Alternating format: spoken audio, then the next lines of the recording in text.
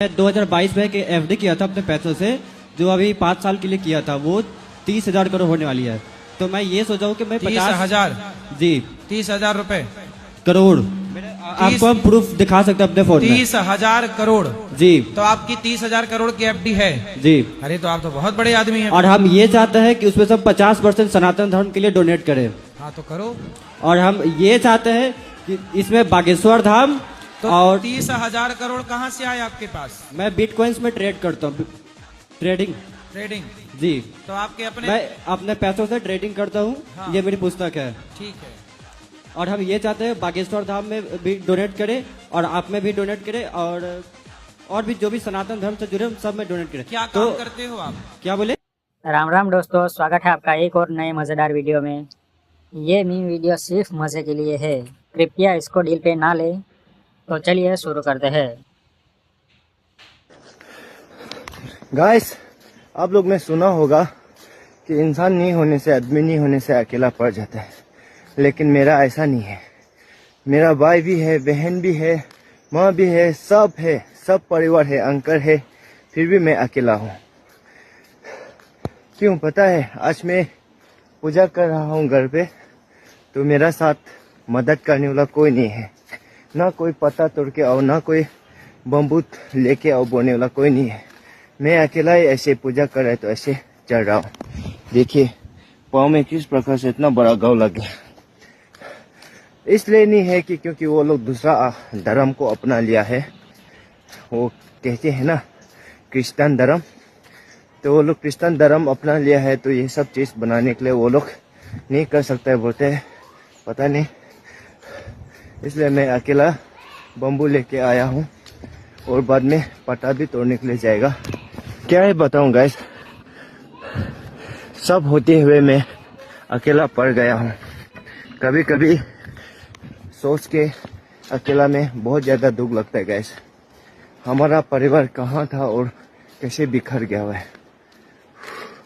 मैं भी नहीं ले सकता क्रिश्चियन धर्म, क्योंकि मैं वही धर्म में खुश हूँ जो मेरा दादाजी लोग ने मानते आए हैं, पूजा पाठ करके आए हैं।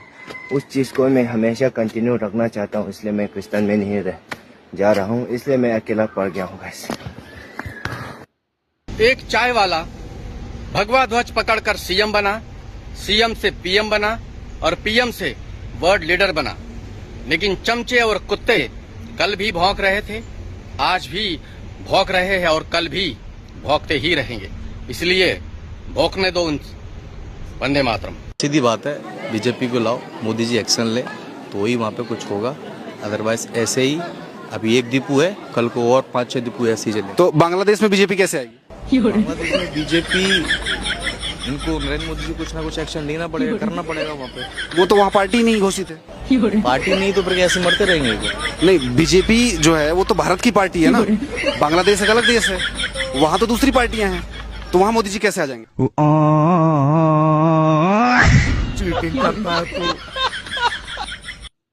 वीरेंद्र सहवाग ने भाई साहब बांग्लादेश की प्लेयर की भाई के ले लिया भाई। वो कह रहे हैं कि भाई मुंह चोरी कर रहे हैं कि भाई हमें वीजा की प्रॉब्लम हो रही है, अब इंडिया खेलने नहीं आएंगे। तो भाई वीरेंद्र सहवाग ने उनको कहा भाई जिनके बाप दादा जिंदगी भर तारों के नीचे से निकल के आए, पूरी गांड चिलवा लिया, उनके बेटों को तो वीजा पासपोर्ट की एंट्री भाई साहब बोरिंग लगी।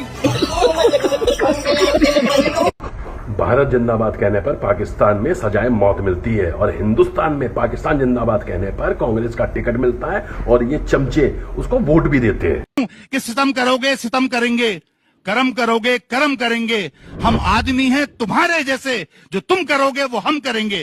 जो हम करेंगे ये करेंगे, बोल दीजिए वंदे मातरम, जय श्री राम, भारत माता की जय। अभी ईमान चला जाएगा। जो हमारा अपने देश की जय बोलने से ईमान चला। मैं पागल हूँ। अपना नाम बता दीजिए। मोहम्मद शहाबुद्दीन जोसेफ तिवारी। मोहम्मद शहाबुद्दीन जोसेफ भी तिवारी नहीं, मतलब आप सद्भावना की बिल्कुल मिसाल हैं। टीका भी, टोपी भी है और टीका भी है। नहीं, ये तो मेरे डीएनए में, मेरे पूर्वज, मेरी संस्कृति ही ये सब आना है। हम लोग पूरे हिंदुस्तान के जितने भी मुस्लिम समाज के लोग हैं सब हिंदू ही थे। एक वीडियो देखा था कि एक मुसलमान ने कहा था कि इंडिया में रहना है तो अगर अल्लाह अकबर बोलना पड़ेगा। ये हिंदुस्तान है, मुल्लास्तान नहीं भाई। पता नहीं वो आप डालोगे या नहीं बताइए, सब डालोगे, बट वो मेरे पापा ने हमेशा हमारे माइंड में एक चीज डाला है कि बेटा सब मतलब दोस्ती करना, लेकिन याद रखना जो गाय का गोश्त खाता है वो हिंदू का दोस्त कभी नहीं हो सकता है।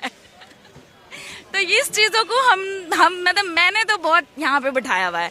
तो अबे तुम हमेशा बेवकूफ ही रहोगे। कौन, हम? हाँ। और जगह मियाँ, हम बेवकूफ नहीं है, तुम हो बेवकूफ। हम कैसे बेवकूफ हैं? तुम पूरे बेवकूफ हो। हमारे पास सबूत है, हम सबूत दे देंगे तुम बेवकूफ हो। क्या सबूत? देखो, तुम हिंदू पिछले 65 साल में ये नहीं समझ पाए कि एक परिवार गांधी परिवार और देश को मुस्लिम राष्ट्र बनाना चाह रहा है, लेकिन हम इतने समझदार हैं कि हम मुसलमान लोग 11 साल में समझ गए कि मोदी देश को हिंदू राष्ट्र बनाना चाह रहा है। अब बताओ कौन बेवकूफ है? मुंह बोले शंकराचार्य उफ षड्यंत्राचार्य का कहना है कि उत्तर प्रदेश में ना योगी बाबा ने जो ना बीजेपी की लुटिया डुबो दिया तो ऐसे षड्यंत्राचार्य जी, जब तक योगी बाबा ना लठ लेके बैठे हुए ना उत्तर प्रदेश में, तब तक बीजेपी की लुटिया ना कोई नहीं डुबो सकता। पर हाँ, योगी बाबा ने तुम्हारे जैसे षड्यंत्राचार्यों की लुटिया जरूर डुबो दी है, जैसे कांग्रेस, अखिलेश यादव, इनके पाले हुए गुंडे, मुख्तार अंसारी, अतीक अहमद, भू माफिया, जो दंगेबाजी करते थे, जो लव जिहाद, मुंह जिहाद, थूक जिहाद और जो धर्मांतरण करते थे ना, की लुटिया जरूर डुबो दी। उन लोग को आजकल काम नहीं है, वो बेचारे बेरोजगार बैठे हुए हैं। और इस षड्यंत्राचार्य के ना कुछ दलाल भी कूद गए मैदान में। मैं दलाल उनको इसलिए कह रही हूँ क्योंकि जब तुम भद्राचार्य जी के लिए उनके जो आंखें नहीं है उसके लिए इतनी अभद्र भाषा और उनको दलाल शब्द का इस्तेमाल करोगे तो ऐसा जिंदगी भर तेरे लिए ना दलाली लिखूंगी जितनी बार तेरे बारे में बात करूंगी। दलाली तुम और ये षड्यंत्राचार्य जैसे किसकी कर रहे हैं ना, ये मैं अच्छे से समझ में आ रहा है। लेकिन चलो, इस पूरे विवाद में ना एक बात सबसे बढ़िया निकल के आई, क्योंकि हम तो वो लोग हैं जो बुराई में भी अच्छाई ढूंढ निकालते हैं जैसे कि वो कांग्रेस जो श्री राम के अस्तित्व को नहीं मानती थी, उसके लिए जो उन्होंने कोर्ट में पूरी एक वकीलों की फौज खड़ी कर दी, आज वो ये कहते हुए घूम रहे षड्यंत्राचार्य के पक्ष में, ओहो शंकराचार्य जी के साथ ऐसा व्यवहार नहीं होना चाहिए था। मतलब हिंदू धर्म में मठों की क्या इंपॉर्टेंस आ रहा है, मतलब दोगली कांग्रेस, शर्म नहीं आई तुझे बात करते रखना। राम का अस्तित्व नहीं है और हिंदू धर्म में मठ की क्या इंपॉर्टेंस है, ये बात तुम हमें ज्ञान दोगे हैं। ऊपर से अखिलेश यादव जिसने 2015 में ना इसी षड्यंत्राचार्य के बढ़िया तरीके से सुताई करवाई थी लठों से, वो भी कह रहा हो मैं तो घोर निंदा करता हूँ षड्यंत्राचार्य, उफ मुंह बोले शंकराचार्य जी के साथ ऐसा नहीं होना चाहिए था। कोई षड्यंत्राचार्य की हकीकत में पता है कितना बड़ा धर्मगुरु है, इसने आज तक सिवाय राजनीतिक बयानों के अलावा कभी धर्म के बारे में बात नहीं की। लेकिन एक चीज अच्छी हो रही है ना, इसके सपोर्ट में कूदने के चक्कर में कांग्रेस, समाजवादी, अखिलेश यादव, खासकर उनके चेले चपाटे ना, वो हिंदू धर्म के बारे में कितनी बढ़िया बढ़िया बातें करते हुए नजर आ रहे हैं अदरवाइज ये रामलला के दर्शन करने तक नहीं गए। हमने जिंदगी भर ना इनको मस्जिद और मजारों में ना अपने घुटने और सर टेकते हुए देखा है, लेकिन अच्छा लग रहा है हिंदू धर्म के बारे में देखा, क्या बढ़िया बढ़िया बातें कर रहे हैं, इसको एंजॉय करो आप बहुत कम मौका मिलता है इनके मुंह से ऐसी बातें सुनने का बड़े दुख के साथ बताना पड़ रहा है कि हमारे देश के जितने भी गटर थे उन सब पे ढक्कन लगा दिया गया है, तभी तो बाबरी मस्जिद की नींव रखी गई तो एक भी कीड़ा निकल के बाहर नहीं आया, ना तो कोई नीलांड निवासी बाहर निकला, ना कोई सेक्युलर निकला, चमचे भी नहीं आए। मतलब कौन से गटर में डाल के उनको बंद कर दिया गया, बेचारे आवाज नहीं उठा पाए। राम मंदिर के टाइम पे स्कूल, कॉलेज और हॉस्पिटल की डिमांड बढ़ाने वाले कीड़े कहाँ गए? कीड़ों बाहर निकलो, अब तुम्हें स्कूल नहीं चाहिए, कॉलेज नहीं चाहिए, हॉस्पिटल नहीं चाहिए, लोग बीमार होना बंद हो गए या मरना बंद हो गए हैं? बनवाओ ना वहाँ पे हॉस्पिटल, ये औकात नहीं है, हैं? या पेमेंट नहीं मिली बोलने की, चमचो।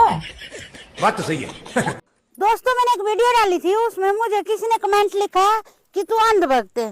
ठीक है, मैं अंधभक्त हूँ, आप मानते हैं तो मैं अंधभक्त हूँ। वैसे मुझे किसी राजनीति से कोई लेना देना नहीं होता, आप मानते हैं तो ठीक है।